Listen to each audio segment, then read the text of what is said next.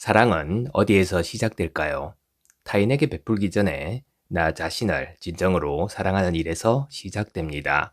자신의 내면을 돌보는 것이야말로 진정한 사랑과 관계의 출발점이죠. 삶을 변화시키는 채널 Change My Life입니다. 오늘은 로베르트 베츠의 책 사랑하라 너를 미치도록에 담긴 기쁜 통찰을 전해드리려 합니다. 출판사는 블루 엘리펀트, 옮긴이는 송소민 님입니다. 그럼 들려드리겠습니다. 사이비 기독교도들이 판치는 서구 사회에서는 수백 년 전부터 자신보다 타인을 보살피는 것이 더 중요하다고 가르쳐 왔죠. 그런 탓에 너무도 많은 무질서와 고통을 만들어냈습니다. 자기 내면의 질서, 명료함, 평화, 기쁨을 우선적으로 보살피지 못한 사람들이 동시대인에게 해를 끼치고 혼돈과 고통을 가중시켰기 때문입니다. 타인을 얼마간 지속적으로 보살피는 기술에서 남성들이 절제매는 반면 여성들은 그 분야에서 탁월한 업적을 이루었죠. 여성들은 어머니 세대에서부터 지금까지 숱하게 이웃의 일에 끼어들었습니다. 그런데 자기 내면의 무질서가 얼마나 큰지는 인식하지 못한 채 자신과 타인에게 무엇을 해야 할지 모르는 상태에서 남의 일에 관여한 거죠. 이런 삶의 방식이 어떤 결과를 가져오는지는 노인들을 살펴보면 잘 알 수 있습니다. 노인들은 자신을 위해 할 수 있는 일이 무엇인지 모른 채 양로원이나 빈집에 홀로 우두커니 앉아 있습니다.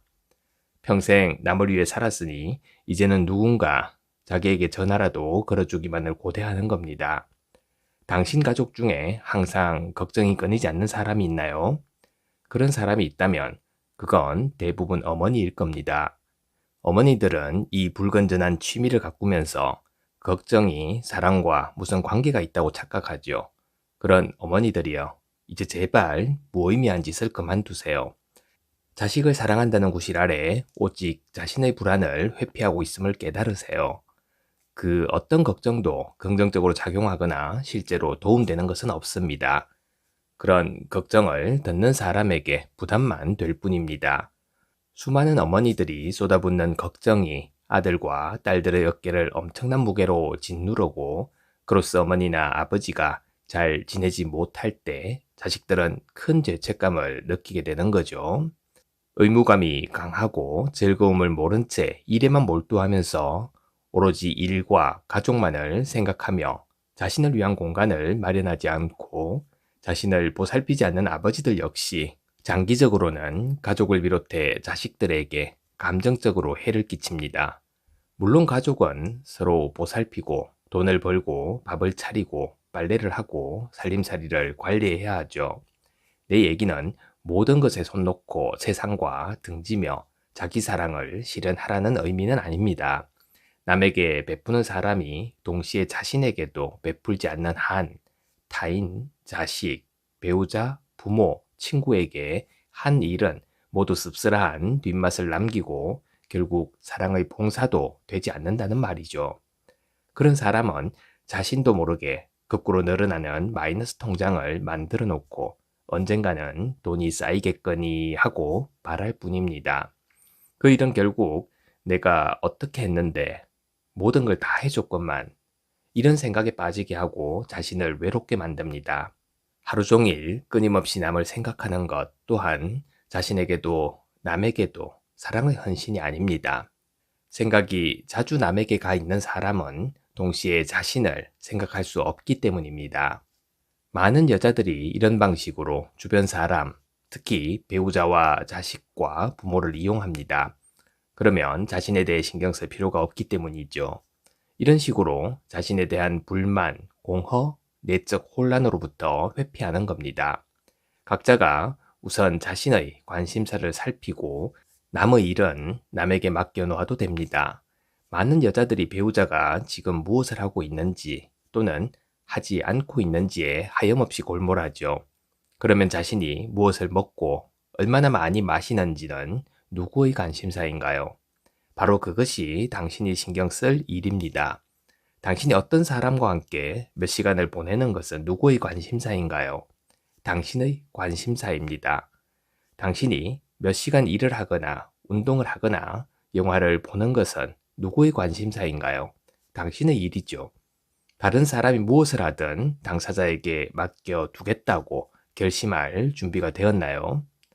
타인에게 문제가 있는 게 분명해 보일 때, 상황이 안 좋을 때, 우리는 당장 그 일에 관여해 도우려 합니다.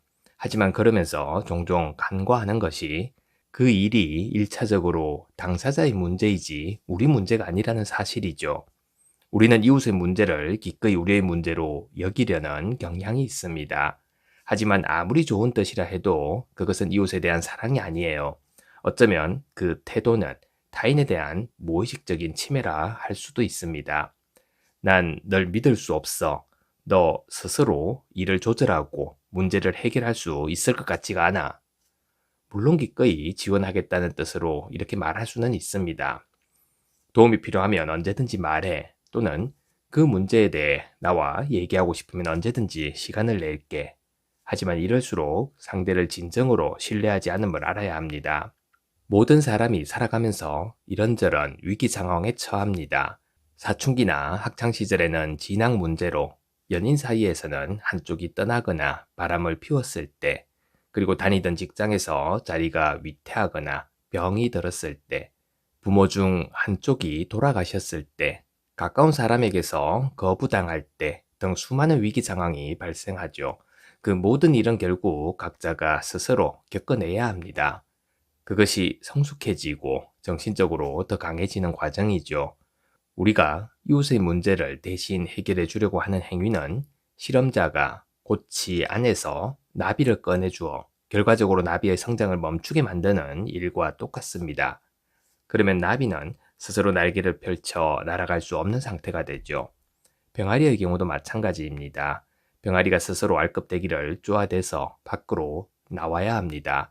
이 긴장에 찬 행위로 인해 비로소 병아리가 생존할 수 있는 거죠. 아기가 태어나는 과정도 마찬가지입니다. 산도를 통과하는 일은 아기에게 매우 힘든 과정입니다. 이때 산도라는 좁은 길만 아기를 강하게 만드는 것이 아닙니다. 아기가 산도를 뚫고 나오는 과정에서 만나는 점막도 아기에게 평생 매우 강력한 저항력을 부여하고 면역 체계를 강하게 만드는 거죠.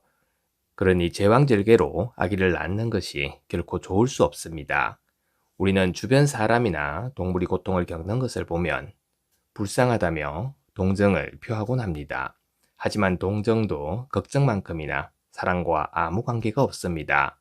다만 고통스러워하는 사람을 보면서 자기 마음속에 치유받지 못한 상처와 그것을 만들어낸 고통스러운 일을 상기할 뿐이죠.